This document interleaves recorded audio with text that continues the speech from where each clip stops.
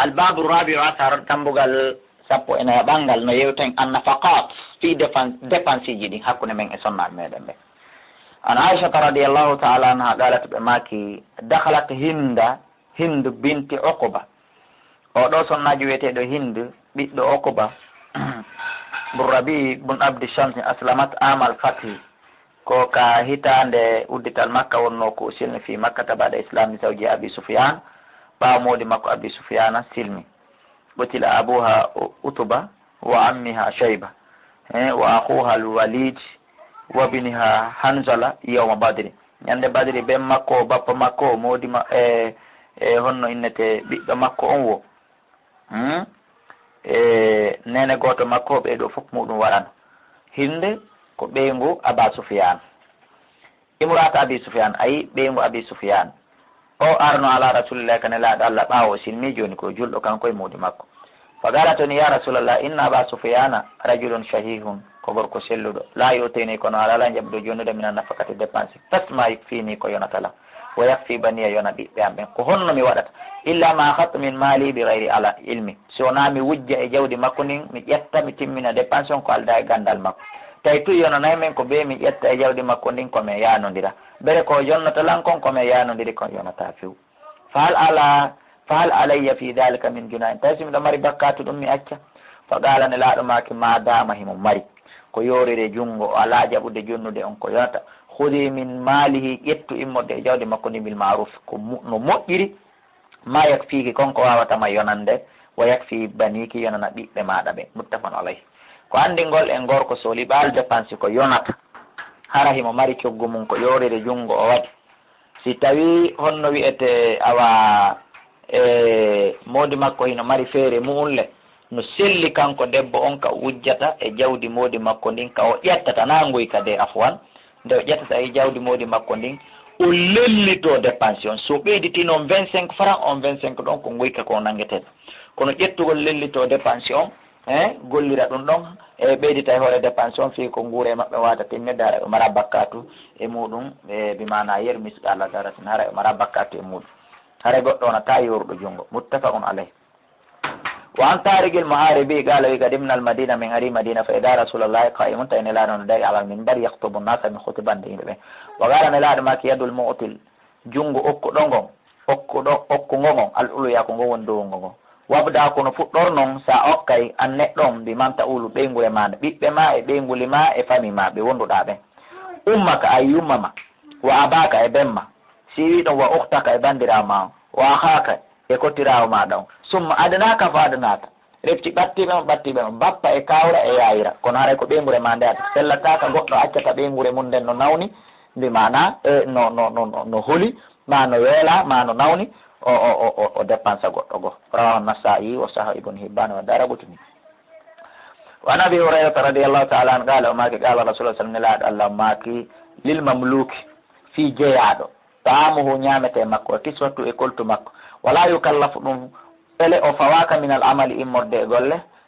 illa ma wala yukallaf o fawetake kadi min al amali immorde e golle illa ma tigu sona ko wawi rawa muslimi mana maccuɗo ango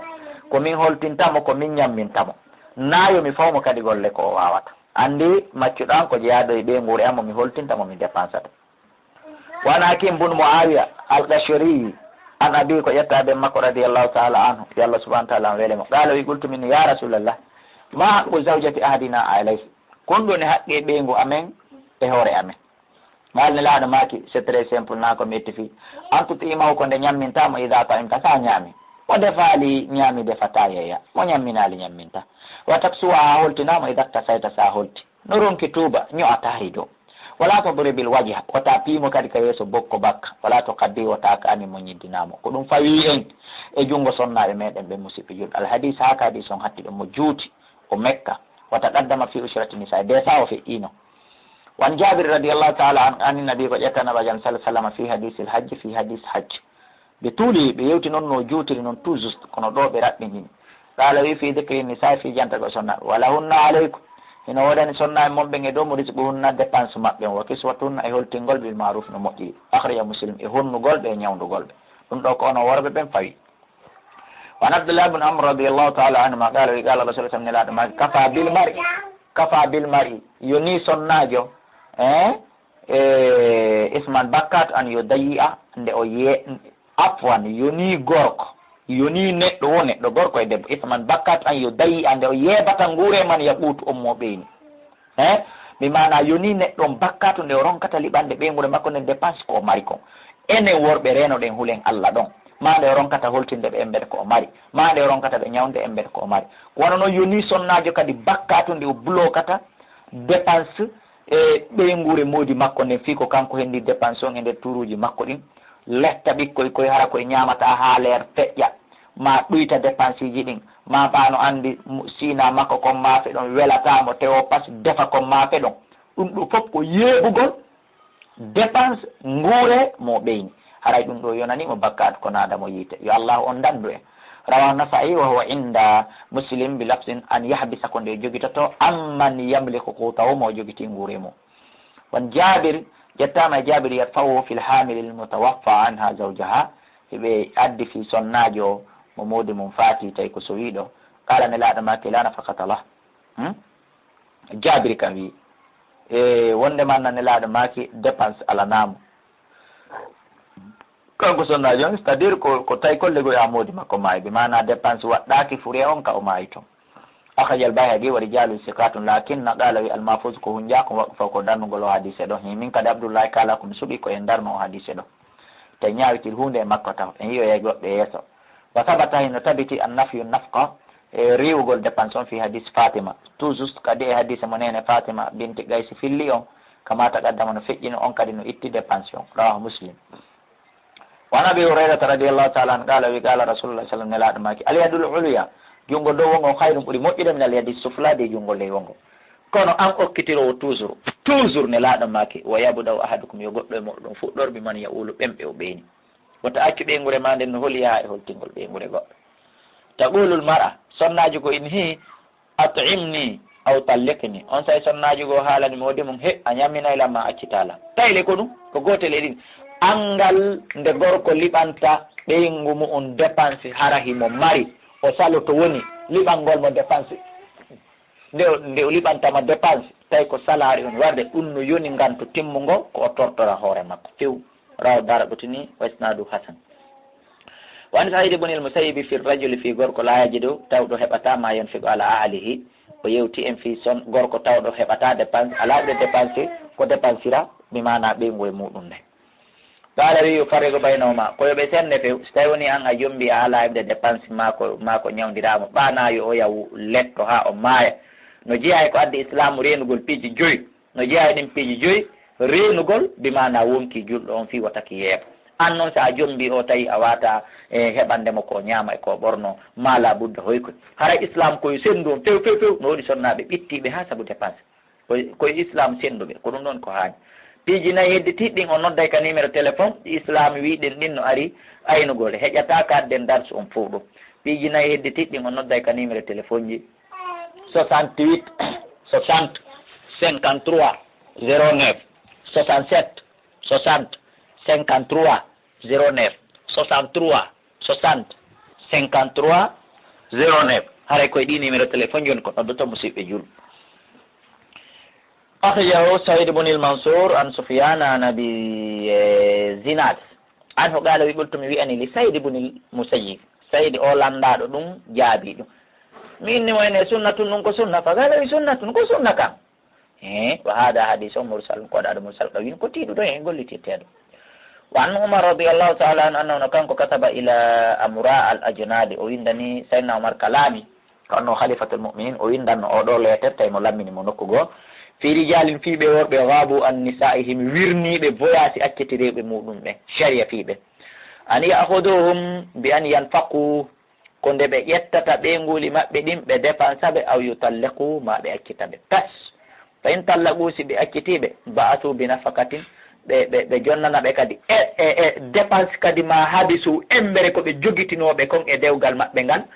tawi no feƴƴi ɓe jonnitali ɓe dépense ɓe remboursa ɗum wondude remboursegol ɗum kadi fijirtake fi dépense o tes akhraja Shafi'i min summa al-Bayhaqi bisnad hasan ko jelo e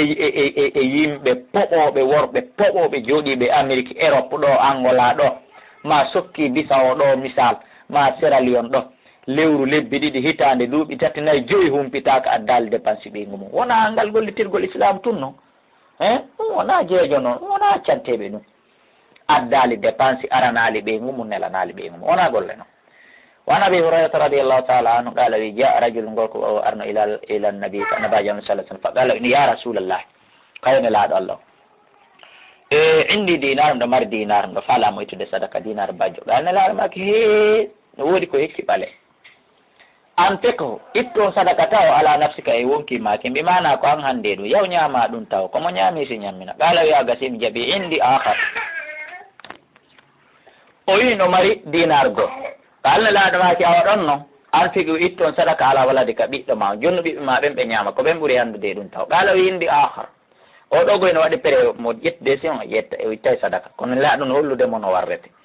o yimi no mari dinargo kaala ne laaɗo maki an tigi ala ahalika okkitir on ɗon noon joni e hoore ɓeygure maɗa nde mi mana ɓeyguli maɗe yumma ma ɓen ma ɓen ɗon naati ɗon ɓaalo wi indi ahar o wi miɗo mari goɗɗo go kalan laanmaki an tigi ittu sadaka o ala khadimi ka e dow kurkadu maɓe gollanayɓe maɓe ko ɓen handi em kala windi akhar no mari goɗɗo go kala ɓe maki eyo awa anta alam kam ɓuuri andude noon joni ko honto watta ndaar siko juulirde siko pon